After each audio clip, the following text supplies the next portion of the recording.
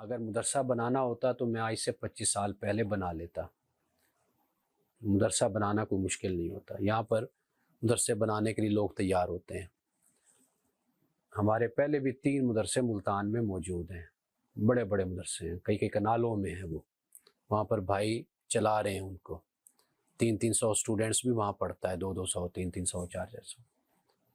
اچھا، وہی طریقہ درس نظامی، سارے معاملات اسی طریقے سے چل رہے ہیں۔ میں یہ بات کیوں کر رہا ہوں، میں آپ کو وجہ میں بتاتا ہوں۔ آج کی اسی کتاب اور اسی موضوع سے یہ میری بات متعلق ہے۔ وہ یہ ہے کہ ہم جب جامعہ میں پڑھتے تھے، میں نے بھی 8 سالہ کورس کیا، قرآن مجید بھی حفظ کیا، سبا اشرا بھی پڑھی میں نے، اور پاکستان کے چوٹی کے قاری اکرم ظفر صاحب رحمۃ اللہ علیہ میرے استاد تھے، اور یہ قاری غلام رسول صاحب، قاری محمد طفیل صاحب، ان کے بعد ان کا نام لیا جاتا تھا، قاری اکرم ظفر صاحب۔ حیدرآباد سے یہ پڑھے قاری طفیل صاحب کے پاس، تجوید بھی کی، باقاعدہ طور پر حضر میں قرآن بھی سنایا، اور تجوید پوری پڑھی جس طرح پڑھی جاتی ہے۔ یہ اپنی طرف سے یہ خانہ کوشش کی کہ اس کو پر کریں، اچھے طریقے سے پڑھیں۔ 8 سال پورے درس نظامی بھی پڑھا، مدرسوں سے نکلے ہیں، ایسی بات نہیں مدرسوں میں پڑھے ہیں، پھر جدید تعلیم بھی یونیورسٹی سے بھی حاصل کی۔ اب میں جس عمر میں ہوں تو یہ میرا تجربہ ہے، یعنی یہ بات آپ لوگوں کو معلوم ہوگی جب آپ 25-30 سال ابھی لگائیں گے، 40 سال، میں جس نتیجے پہ پہنچا ہوں۔ ہمارے ہاں جو مسئلہ سب سے بڑا جو ہمارے ہاں پیدا ہوتا ہے، وہ مسئلہ یہ ہوتا ہے کہ مدارس میں، جامعات میں، ایک تو ایسے علوم طوالت کے ساتھ پڑھائے جاتے ہیں کہ جن کی ضرورت نہیں ہوتی، جیسے علم النحو، علم الصرف ہے، کہ جو آپ 7 سال 6 سال آپ وہ پڑھتے رہتے ہیں، ایک کتاب، پھر دوسری، پھر تیسری، پھر چوتھی، پھر 5ویں۔ ان علوم کی اتنی ضرورت نہیں ہوتی، نحو اور صرف کی۔ وہ عربی جدید و قدیم وہ آپ کی ضرورت کو پورا کر دیتی ہے۔ اگر آپ مسلسل پڑھتے رہیں، آپ کہیں بہتر اپنے اندر ملکہ پیدا کر لیتے ہیں، عربی بولنے کا، عربی پڑھنے کا۔ آپ کو اتنی ادق اور اتنی مشکل کتابیں اور ترکیب نکالنے میں آپ کو ڈال دیا جاتا ہے۔ اور آپ کو معلوم ہے کہ یہ جو نصاب بنایا گیا تھا، یہ اذکیٰ کے لیے بنایا گیا تھا، یعنی دا موسٹ انٹیلیجنٹ اسٹوڈنٹس، ان کے لیے بنایا گیا تھا، اذکیٰ کے لیے۔ یہ ہمارے جیسے غبی لوگوں کے لیے نہیں بنایا گیا تھا۔ اب جو بچہ آتا ہے اس کو اس میں ڈال دیا جاتا ہے، اس کا ذہن کیسا ہے کیسا نہیں ہے۔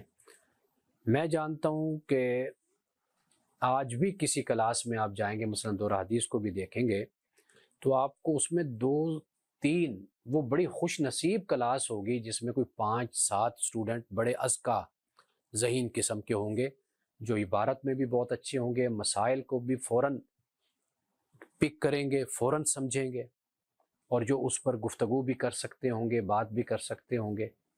پہلے تو یہ کہ 7-8 سال کا جو ماحول ہے وہ ویسے ہی بندے کو کن ذہن کر دیتا ہے، یعنی جب آپ کو سوال کرنے کی اجازت نہیں ہوگی، آپ کو مطالعہ کرنے کی اجازت نہیں ہوگی، آپ کو اپنے زمانے کی ابحاث، بحثیں، موضوعات، ڈسکشنز، اختلافات، ان کو اٹھا کر گفتگو کرنے کی اگر آپ کو اجازت نہیں ہوگی تو کبھی بھی آپ کا ذہن نہیں کھلے گا۔ آپ سمجھ رہے میری بات کو؟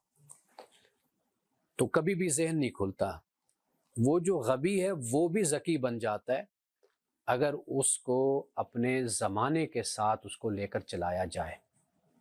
یعنی مثال کے طور پر آپ جامعات میں پڑھتے ہیں، دورہ حدیث میں مثال کے طور پر اگر پڑھ رہے ہیں، میں اگر آپ سے پوچھوں کہ آج حدیث اور سنت کی جو بحثیں ہیں جو اس وقت علمی حلقوں میں ہو رہی ہیں، یونیورسٹیز میں ہو رہی ہیں، ہمارے ہاں ہوتی ہیں، وہ جدید بحثیں کون سی ہیں؟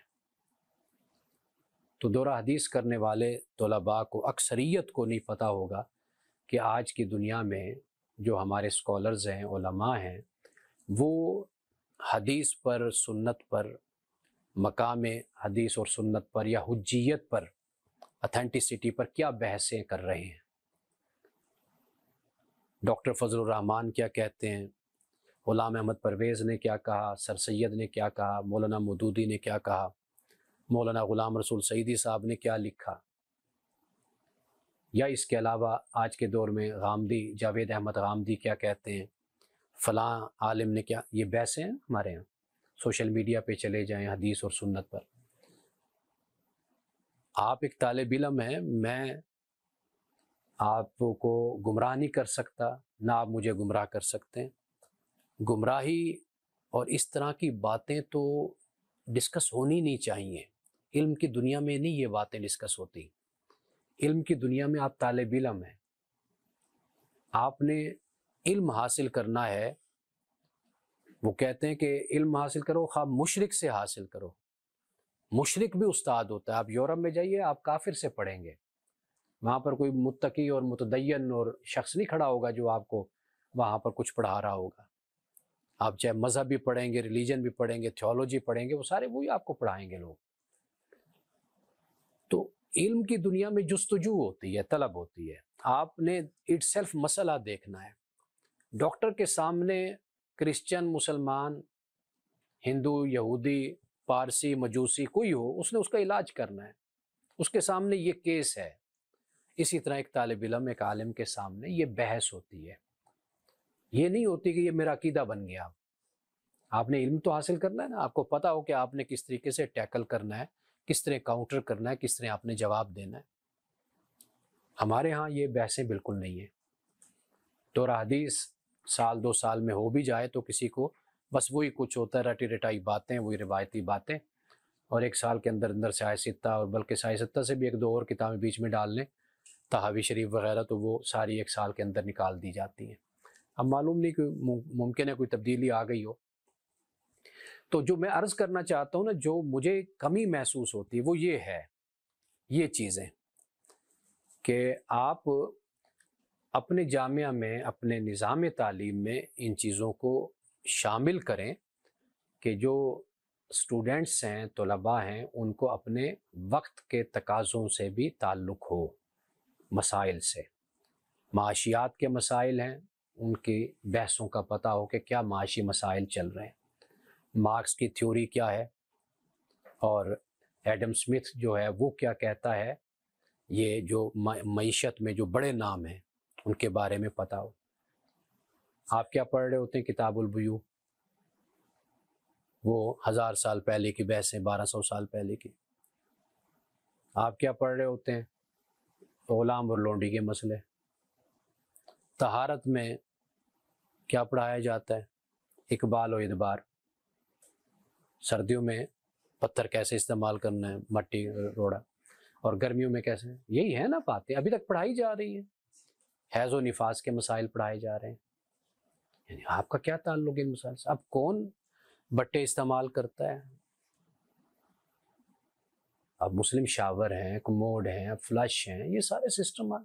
لیکن آپ مجال ہے کہ آپ اگر بات کر کے دیکھیں تو ایسے لگتا ہے کہ یہ ساری کتابیں اوپر سے اتری ہیں، جیسے تورات اور انجیل اتری ہے نا، قرآن اترا ہے جس طرح، یہ اسی طرح یہ ساری کتابیں اوپر سے اتری ہیں. آپ ان کے بارے میں کوئی بات نہیں کہہ سکتے کہ جو آپ یہ پڑھا رہے ہیں اس کو آپ بدل لیں، خدا کے لیے تبدیل کر لیں.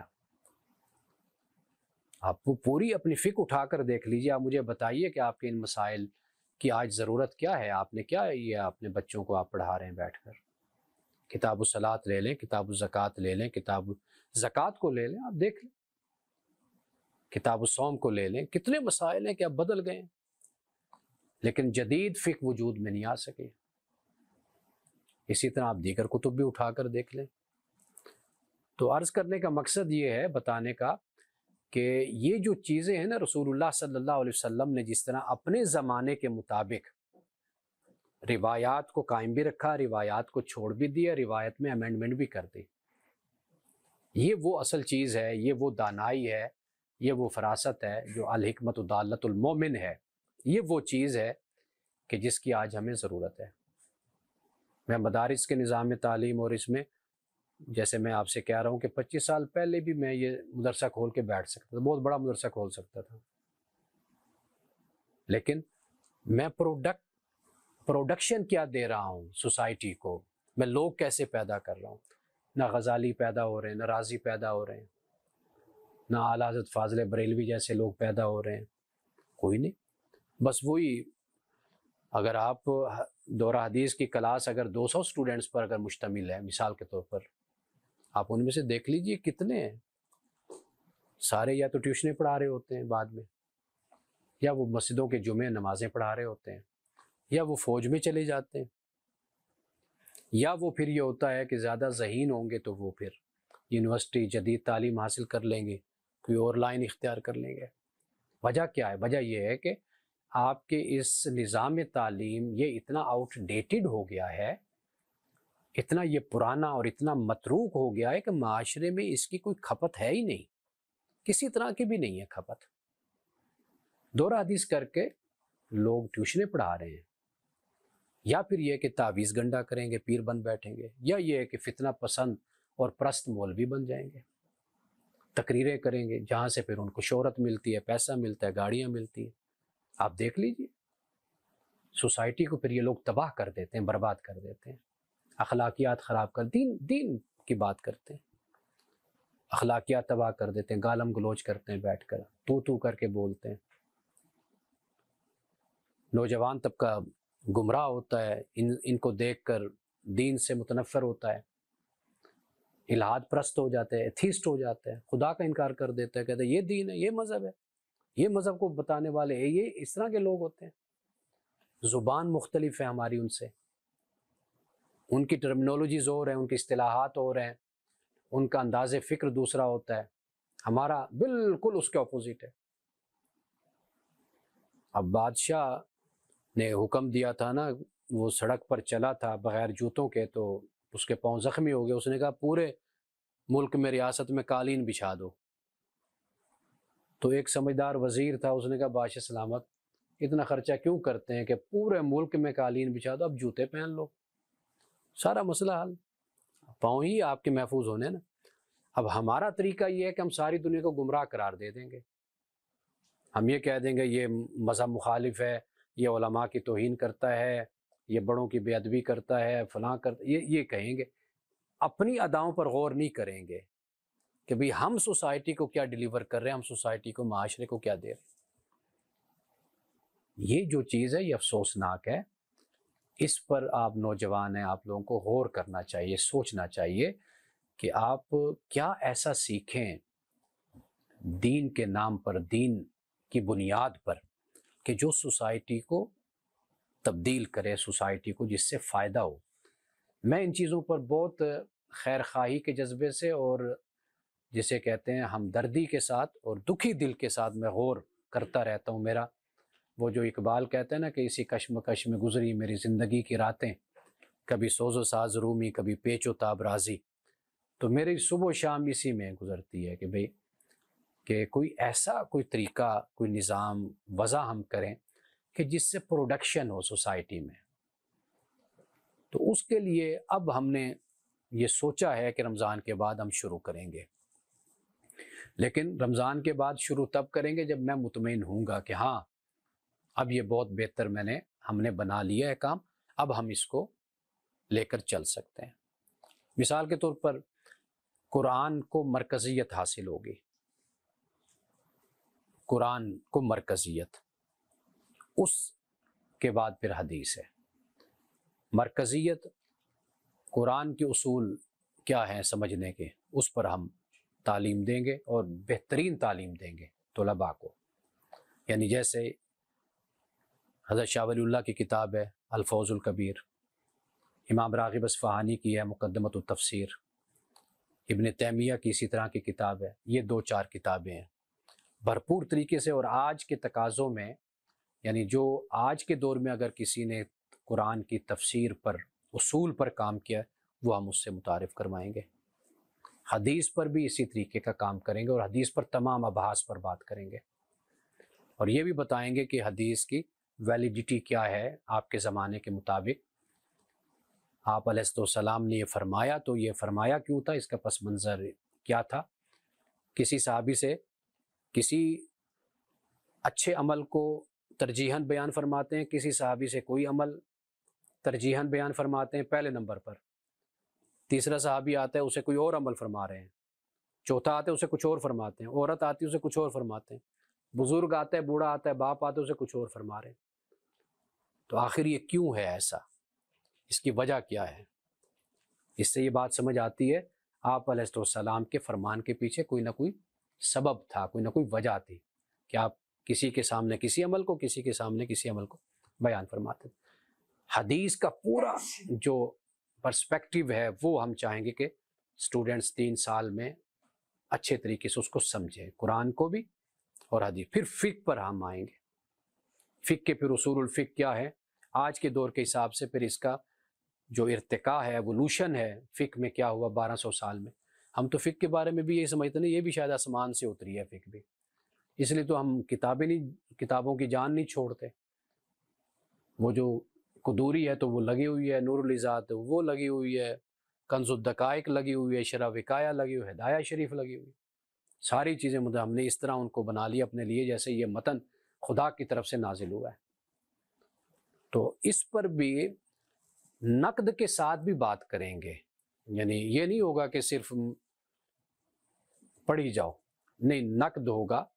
مثلا اگر آپ ہدایہ پر بات کریں گے تو آپ کو بتائیں گے کہ ہدایہ میں جو علامہ مرغینانی ہیں، یہی نام ہے نا جی، مرغینانی، تو انہوں نے جو لکھا ہے ہدایہ میں امام شافعی کا جو مسلک بیان کیا ہے وہ انہوں نے اپنے الفاظ میں بیان کیا، امام شافعی کا یہ مسلک نہیں ہے، علماء نے یہ لکھا۔ امام مالک کی رائے کو وہ بیان کر رہے ہیں فتویٰ کو، جبکہ وہ کہتے ہیں کہ اس بارے میں تسامح ہوا ہے امام مرغنانی سے، یہ وہ نہیں ہے، ان کا قول ہی نہیں ہے امام مالک کا۔ ان پر بھی بات کریں گے، یہ وہ ساری بحثیں ہیں تاکہ آپ لوگوں کے ذہن کھلیں۔ نعوذ باللہ کسی کی گستاخی نہیں مقصود ہوتی، علم کی دنیا ہے، علم کی دنیا میں طریقہ تحقیق ہوتا ہے، تنقیح ہوتا ہے، تخریج ہوتا ہے، استدلال ہوتا ہے، آپ اس طریقے سے آگے بڑھتے ہیں۔ تو یہ ایک ہماری نظر میں ہے، اگر میں مطمئن ہوا تو نہیں کریں گے، کوئی ضروری تو نہیں ہے کہ ہم نے ہر حال میں یہ کرنا ہے۔ کوئی اچھا ہے کہ آپ اگر کوئی بہتر نتیجہ نہیں دے سکتے تو اس سے بہتر ہے وہ کام ہی نہ کیا کریں، کوالٹی میں کام کرنا چاہیے جو بہتر کام ہے۔ تو یہ مجھے جو سب سے زیادہ کمزوری نظر آتی ہے وہ اسی چیز کی نظر آتی ہے۔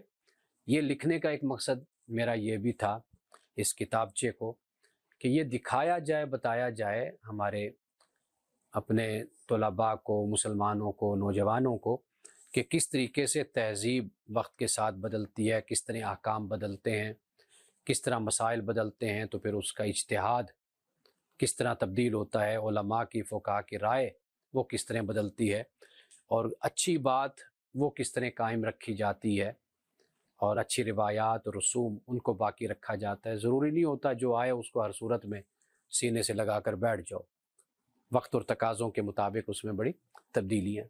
تو یہ ہم نے سوچا ہے، ابھی یہ 3 چیزیں ابھی میرے ذہن میں ہیں، اور عربی جدید و قدیم، بس کوئی ہدایت النحو نہیں، کوئی فلاں کتاب فلوں کتاب، کوئی نہیں، عربی پڑھانی ہے جدید و قدیم، جو اطلاقی طریقہ ہے پڑھانے کا، کہ جس میں بول چال بھی ہوتی ہے، گفتگو بھی ہوتی ہے، اور جس میں صلاحیت، اب آپ دیکھ لیجیے 8 سال پڑھنے کے بعد جو صلاحیت ہمارے اندر پیدا ہوتی ہے، وہ ایسی کمزوریاں ہماری جڑوں میں بیٹھ جاتی ہیں، ہم بڑی سے بڑی جگہ پر یا ساری زندگی بھی گزار دیتے ہیں، وہ کمزوریاں ہم میں سے نہیں نکلتی۔